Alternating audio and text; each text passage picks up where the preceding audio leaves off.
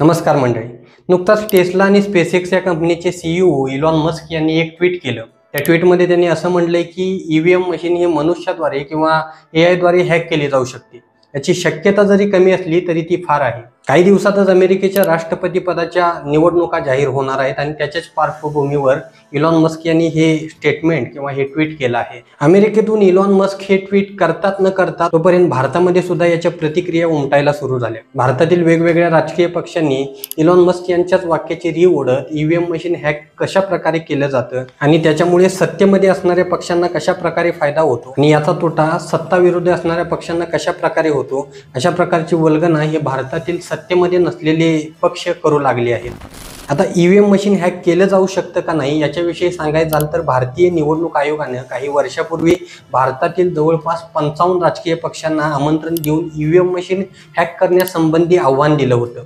इतर वेळी EVM machine hack केलं जातं, ईव्हीएम मशीन हॅक झालं अशा स्टेटमेंट देऊन लोकांना संभ्रमित करणारे हे राजकीय पक्षातील नेते या निवडणूक आयोगाच्या आव्हानाला सामोरे जाऊन त्यांनी ते आव्हान स्वीकारून ईव्हीएम मशीन हॅक करून दाखवणं अपेक्षित होतं. पण भारतीय निवडणूक आयोगाच्या आव्हानाला मोजक्याच म्हणजे 2-4 पक्षांनी सहभाग दर्शवला आणि ते ईव्हीएम मशीन हॅक करण्याचा प्रयत्न केला, जे की त्यांच्याकडून झालं नाही. भारतीय निवडणूक आयोगाने स्पष्ट या राजकीय पक्षांना आव्हान दिलं होतं की तुम्ही आणि तुमच्यासोबत काही तज्ज्ञ लोकांना घेऊन या आणि हे ईव्हीएम मशीन जे की भारतीय इलेक्शनमध्ये वापरलं जातं ते हॅक करून दाखवा. भारतीय निवडणूक आयोगाचं हे आव्हान स्वीकारून शरद पवार यांचा राष्ट्रीय काँग्रेसवादी पक्ष याच्यामध्ये सहभागी झाला होता. पण राष्ट्रीय काँग्रेसवादी पक्षाला सुद्धा हे ईव्हीएम मशीन हॅक नाही करता आलं. आणखी एका प्रसिद्ध पक्षाबद्दल बोलायचं झालं तर आम आदमी पार्टी हा अरविंद केजरीवाल यांचा पक्ष आहे. अरविंद केजरीवाल हे कायमच ईव्हीएम मशीन विरोधी स्टेटमेंट देत आले आहेत. पण ईव्हीएम मशीनने ज्यावेळेस त्यांना हे ईव्हीएम मशीन हॅक करण्यासंबंधी आव्हान केलं त्यावेळेस ते स्वतः उपस्थित राहिले नाही किंवा त्यांच्या पक्षाचा कोणताही कार्यकर्ता ते ईव्हीएम मशीन हॅक करण्यासाठी त्या आव्हानाचा स्वीकार करून उपस्थित राहिला नाही. खरं तर याच्याविषयी जास्त स्पष्टीकरण देण्याची गरज नाही, कारण की अरविंद केजरीवाल हे एक्स क्लास 1 अधिकारी आहेत जे की यूपीएससीद्वारे निवडून सरकारी सेवेमध्ये आले होते. शिवाय मेकॅनिकल इंजिनिअरिंगमध्ये त्यांनी गोल्ड मेडल मिळवून ती पदवीही संपादन केली होती. त्यामुळे अरविंद केजरीवाल यांना चांगलं माहिती आहे की भारतातील ईव्हीएम मशीन हॅक केली जाऊ शकत नाही. पण तरीही अरविंद केजरीवाल असतील किंवा त्यांच्याच सारखे इतर पक्षातील नेते असतील ते कायमच ईव्हीएम मशीन हॅक केलं जाऊ शकतं, ईव्हीएम मशीन हॅक केलं गेलं किंवा ईव्हीएम मशीनमुळे भारतातील सत्तेमध्ये असणाऱ्या भाजपा सरकारला कसा फायदा झाला आणि सत्तेविरोधी असणाऱ्या राजकीय पक्षांना कशा प्रकारे तोटा झाला, अशा प्रकारच्या गोष्टी कायमच लोकांमध्ये मीडियामध्ये सांगत आले आहेत. आता हे राजकीय पक्षातील नेते अशा प्रकारचे स्टेटमेंट का करतात हे वेगळं सांगायची गरज नाही. अशा प्रकारचं स्टेटमेंट करून हे राजकीय नेते सामान्य जनतेची, मतदारांची दिशाभूल करतात आणि नक्कीच या गोष्टीचा फायदा त्या पक्षातील नेत्यांना किंवा विरोधी पक्षातील नेत्यांना कायमच होत आला आहे. आतापर्यंत उच्च आणि सर्वोच्च न्यायालयामध्ये ईव्हीएम मशीन विरोधी 40 केसेस नोंदवले गेले आहेत आणि त्या 40च्या 40 केसेसचा निकाल ईव्हीएम मशीनच्या बाजूने लागला आहे. सर्वोच्च न्यायालयाने सांगून टाकले की भारतातील ईव्हीएम मशीन कोणत्याही प्रकारे हॅक केली जाऊ शकत नाही.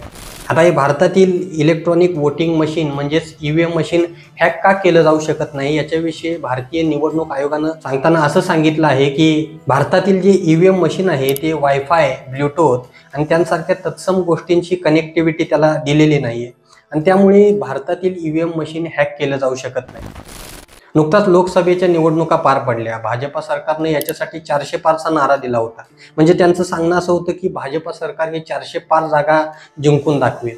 पण प्रत्यक्ष पाहायला गेलं तर भाजपाला 271 जे कोणत्याही सरकारला बहुमत प्रस्थापित करून सत्तेमध्ये येण्यासाठी जी संख्या लागते ती ही गाठता आली नाही. 240-41 जागा भाजपाला जिंकता आल्या आणि एनडीए अलायन्सच्या माध्यमातून त्यांनी सत्ता प्रस्थापित केली. खरं सांगायला गेलं तर ईव्हीएम मशीन जर हॅक करणं सोपं असतं तर भाजप गेल्या 10 वर्षापासून सत्तेमध्ये त्यांच्यासाठी ईव्हीएम मशीन हॅक करून 400 पार हा नारा सत्तेमध्ये उतरवणं तितकंसं अवघड नव्हतं. पण प्रत्यक्षात 271 ह्या ज्या सत्ता प्रस्थापित करण्यासाठी जागा लागतात त्याही त्यांना जिंकता आल्या नाहीत. याच्यावरूनच स्पष्ट होऊन जातं की ईव्हीएम मशीन हॅक करणं हे कोणालाही शक्य नाही.